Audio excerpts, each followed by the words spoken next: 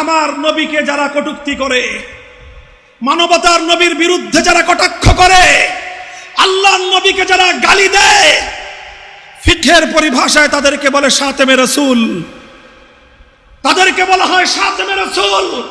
যারা আল্লাহর নবীকে গালি দেয়, চার মাযহাব হানাফি, মালিকি, শাফি, হাম্বলি, চার মাযহাবের বাইরে সালাফি, লামাযহাবি, পুরা উম্মতের 1400 বছরের ঐক্যমতের ফতোয়া এবং সিদ্ধান্ত হলো শাতেমে রাসূলের শাস্তি একমাত্র মৃত্যুদণ্ড। সুতরাং শাতেমে রাসূল নবীকে যারা কটাক্ষ করবে তাকে আরেকটা কথা না বললেই নয়, যেহেতু শান রিসালাতের বিষয়, এটাই হেফাজতে ইসলামের মূল চেতনা এবং মূল প্রেরণার বিষয়, আল্লাহর নবীর শানকে হেফাজত করা। এজন্য আমরা বলছি, বারবার বলছি, আবার বলছি, আমার নবীকে যারা কটূক্তি করে, মানবতার নবীর বিরুদ্ধে যারা কটাক্ষ করে, আল্লাহর নবীকে যারা গালি দেয়, ফিকহের পরিভাষায় তাদেরকে বলে শাতেমে রাসূল, তাদেরকে বলা হয় শাতেমে রাসূল। যারা আল্লাহর নবীকে গালি দেয়, চার মাযহাব হানাফি, মালিকি, শাফি, হাম্বলি, চার মাযহাবের বাইরে সালাফি, লামাযহাবি, পুরা উম্মতের 1400 বছরের ঐক্যমতের ফতোয়া এবং সিদ্ধান্ত হলো শাতেমে রাসূলের শাস্তি একমাত্র মৃত্যুদণ্ড। সুতরাং শাতেমে রাসূল নবীকে যারা কটাক্ষ করবে তাকে মৃত্যুদণ্ডের শাস্তি প্রদান করা মুসলমানদের শাসকের কর্তব্য, মুসলিম রাষ্ট্রের বিচার ব্যবস্থার কর্তব্য। যদি মুসলিম দেশে কোন আল্লাহ নবীকে গালি দেয় আর তার যদি মৃত্যুদণ্ড কার্যকর না হয়, এটা শাসকের ব্যর্থতা, বিচার ব্যবস্থার ব্যর্থতা। এই ব্যর্থতার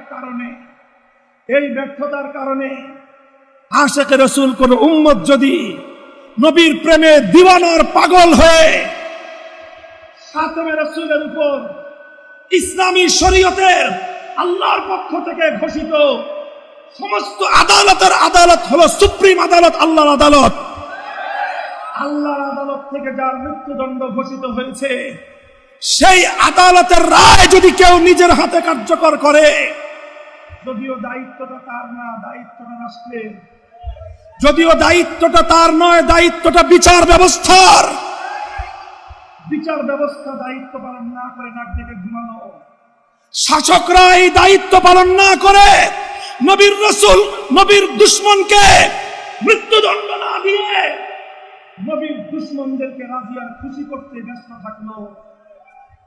আর এই অবস্থায় অপারগ হয়ে নবীর কোন আশিক যদি পাগল পারা হয়ে নবীর ইশক আর মহব্বতে সে যদি নিজেকে নিয়ন্ত্রণ হারিয়ে নবীর কোন দুশমনকে খতম করে দেয়, এটা তার অন্যায় নয়, এটা তার অপরাধ নয়, এটা রাষ্ট্র এবং বিচার ব্যবস্থার ব্যর্থতা। আমি ছোট্ট একটা দৃষ্টান্ত দিয়ে এই কথা বহু জায়গায় বলেছি, আজও বলে যাই।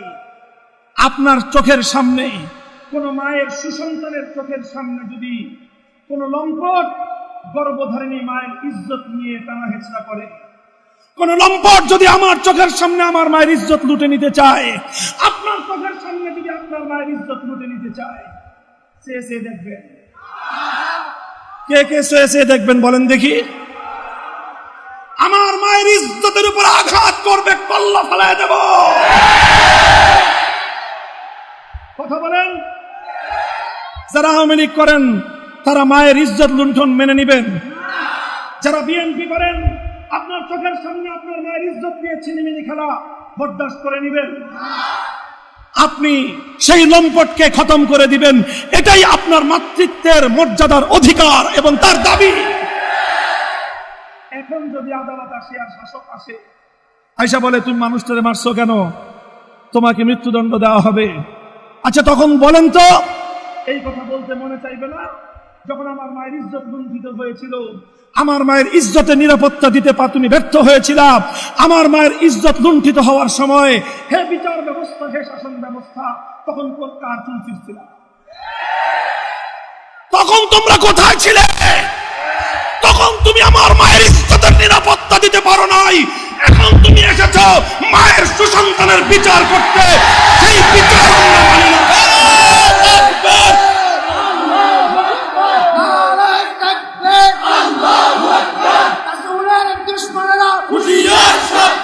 আমার মায়ের মুক্তি হবে দিয়ে দাও। হে আল্লাহর রাসূলের উম্মতেরা, শানে রিসালাতের সম্মেলনের শ্রোতারা, জবাব দাও, মায়ের ইজ্জতের দাম বেশি না শাফিউল মুসলিমিন হাউজে কাউসারের মালিক নবী মুহাম্মদ আরবির ইজ্জতের মূল্য বেশি? সন্দেহ আছে? মায়ের ইজ্জতের দাম বেশি না নবীর ইজ্জতের দাম বেশি? তাহলে মায়ের ইজ্জত লুণ্ঠনকারীকে তুমি যদি খতম করতে চাও, তুমি যদি বিচার ব্যবস্থা, শাসন ব্যবস্থার ব্যর্থতার কারণে তুমি মায়ের লম্পটকে যদি এক মুহূর্তের জন্য বরদাস্ত করতে না পারো,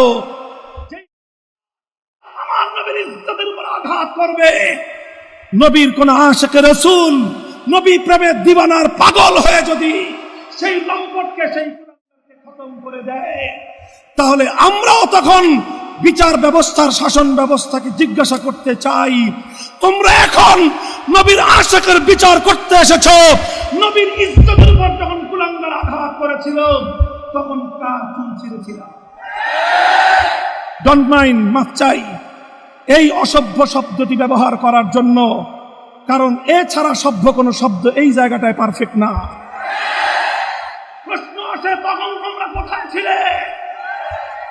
যারা আল্লাহর নবীর ইজ্জতের নিরাপত্তা দিতে ব্যর্থ হয়, নবীর দুশমনের জানের নিরাপত্তা দেওয়ার অধিকার তাদের নয়।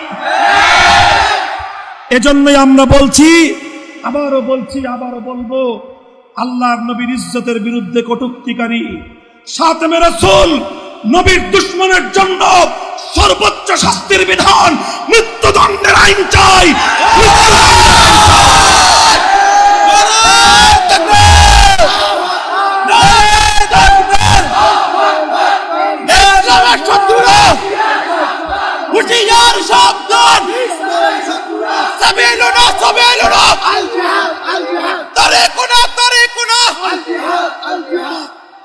এই থাকবেন তো ইনশাল্লাহ? জিহাদ জিহাদ জিহাদ চাই না? জিহাদ লাগলে আমরা নাই। আরে থাকবেন তো? আল্লামা বাবুনগরীর সাথে আছেন তো? এদেশের উলামায়ে কেরামের সঙ্গে থাকবেন তো?